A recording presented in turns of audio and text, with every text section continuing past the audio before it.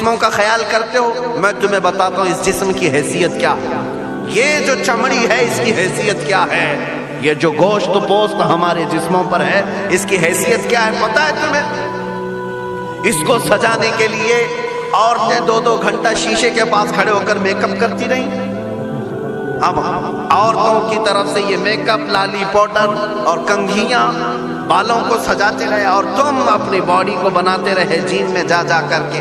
اب اس جسم کی حیثیت سنو، جس دن روح نکلی تمہارے جسم سے اور جب جنازہ لے جایا گیا، قبر میں تمہارے سب سے عزیز لوگ رکھ کر کے آتے ہیں، تختیاں قبر کی بند کر کے آتے ہیں، اتنی چھوٹی قبر کہ کروٹ لینے کی بھی جگہ نہیں ہوتی، ہاتھ پھیلانے کی بھی جگہ نہیں ہوتی۔ آج اپنے پلنگ پر سو کر کے دیکھو، کسی کا ہاتھ ٹچ ہو رہا ہے تو نیند نہیں آتی، لیکن قبر میں اتنی تاریک جگہ پر، چھوٹی سی جگہ پر، تنگ جگہ پر چھوڑ دیا جاتا ہے کہ مردہ کروٹ بھی نہیں لے پاتا، پھر پلس اس کو اوپر سے نیچے سے پیٹ سے باندھ کر کے رکھ دیا جاتا ہے۔ تمہیں پتا ہے اب حکماں نے جو لکھا ہے وہ سنو بزرگوں نے، جیسے ہی تیسرا دن آتا ہے تمہاری قبر کی زندگی کا، جب 3 دن گزرتے ہیں تمہاری ناک کے ذریعے سے پیٹ کی چیزیں باہر آنے لگتی ہیں، منہ کے ذریعے سے آنتڑیاں یا جو بھی اندر کا لکوڈ ہے سب باہر آتا ہے۔ 5ویں دن کان کے اندر سے بھیجا نکلنے لگ جاتا ہے، یہ جو بھیجا سر کے اندر ہے وہ ختم ہو کر کے سڑ کر کے پیپ کی شکل میں کانوں سے باہر آنے لگ جاتا ہے، ناک اور منہ سے پیٹ کی چیزیں، کلیجہ، خون بن جاتا ہے، دیگر چیزیں سب کان اور ناک اور منہ سے نکلنے لگتی ہیں، اور 40 دن تو بہت دور کی بات ہے، 8ویں دن اس کا پیٹ پھٹ جاتا ہے، پیٹ پھولتے پھولتے پھٹ جاتا ہے، اور جیسی پیٹ پھٹتا ہے قبر میں کیڑے پیدا کیے جاتے ہیں۔ تم 1000 کوشش کر لو لیکن وہ کیڑے اسی کے لیے پیدا ہی کیے جاتے ہیں، ان کی غذا ہے۔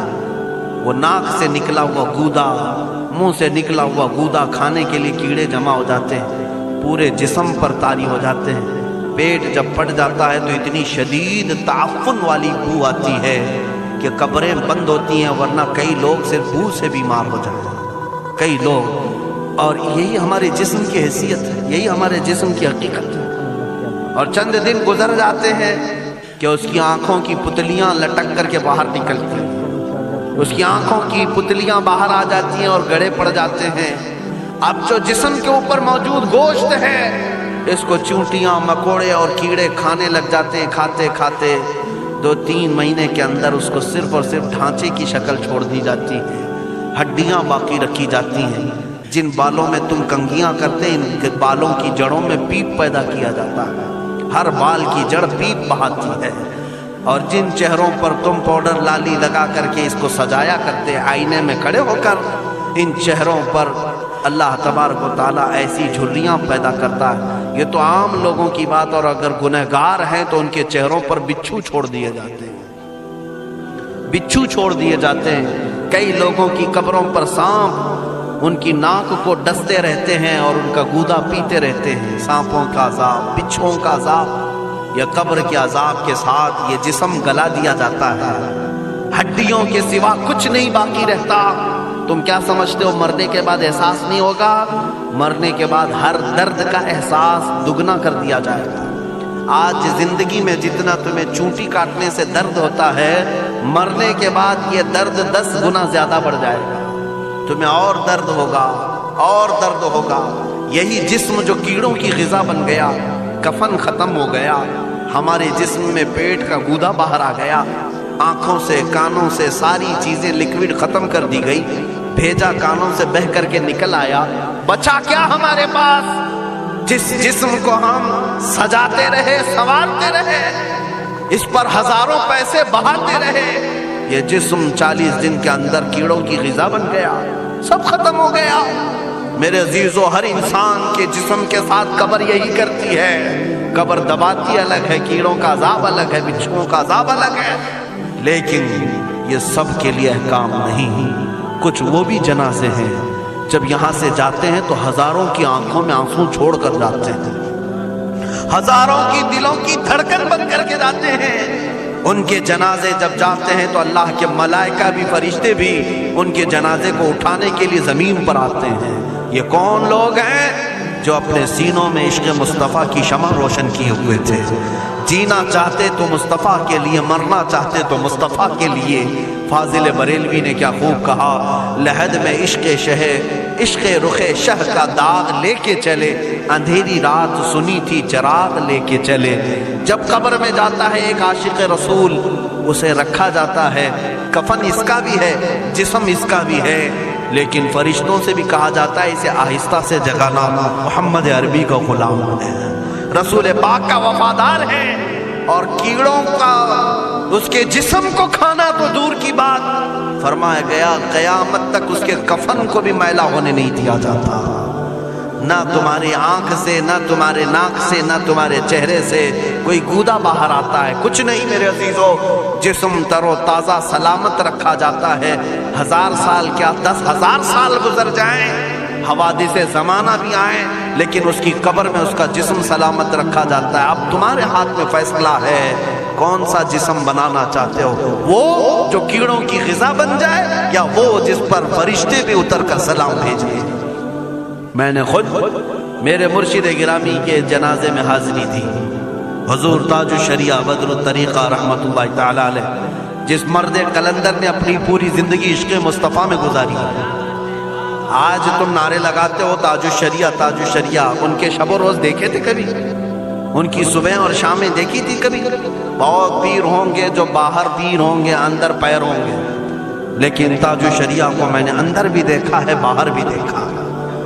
آنکھیں بند بھی ہوتی، آنکھوں سے اگر کوئی چیز نظر بھی نہیں آ رہی ہوتی، تب بھی اتنا خیال ہوتا کہ کہیں سطر تو نہ کھل گیا ہو، کہیں پائجامہ اوپر تو نہیں ہو گیا ہو، سونے کے حالت کی بات کر رہا ہوں، کوئی نہ ہو تب بھی یہ خیال باقی رہتا۔ کون سا ایسا دن گزرتا جب وہ دلائل الخیرات نہیں پڑھ رہے ہوتے، قصیدہ بردہ شریف نہ پڑھ رہے ہوتے، ہزاروں سفر کی مصروفیات کے باوجود حضور پاک کی محبت کے نغمات میں کوئی کمی نہیں آئی۔ لیکن میں آج آپ کو ایک بات بتا دوں، جب انتقال ہوا وہ جمعہ کی شام تھی، اور ہمارے مردوں کو 6 گھنٹے 10 گھنٹے میں ہم کو قبرستان سپرد کرنا پڑتا، 12 گھنٹے رکھ دیں تب بھی فریج منگوانا پڑ جاتا ہے، اس کے بعد قبرستان کے حوالے کر دیں۔ میرے مرشد گرامی کے انتقال کے بعد 48 گھنٹے رکھے گئے تھے، 48 گھنٹے رکھے گئے، اور اس کے بعد جنازہ پاک کو غسل دے کر لایا گیا۔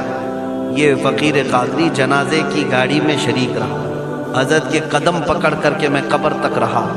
میں آپ کو صرف اس لیے یہ بات عرض کر رہا ہوں کہ جب گاڑی جنازے کی چلتی تھی، میں نے زندگی میں بھی حضرت کے ہاتھ پکڑ کر کے ادھر ادھر چلایا۔ حضرت کے ساتھ جب جانا ہوتا تو بازوؤں کو ہم تھامے ہوتے، ہم کیا چلاتے، ہمیں وہ خود چلا رہے ہوتے، لیکن یہ ہم برکت کے لیے پکڑے ہوتے، جو نرم و ملائم جسم تھا۔ میں نے وفات کے بعد جنازے میں کھڑا ہو کر کے دیکھا، قدموں کو پکڑ کر، نہ نرمی میں کمی آئی، نہ ملائم ہونے میں کوئی کمی تھی۔ اور جب گاڑی آگے چلتی تھی،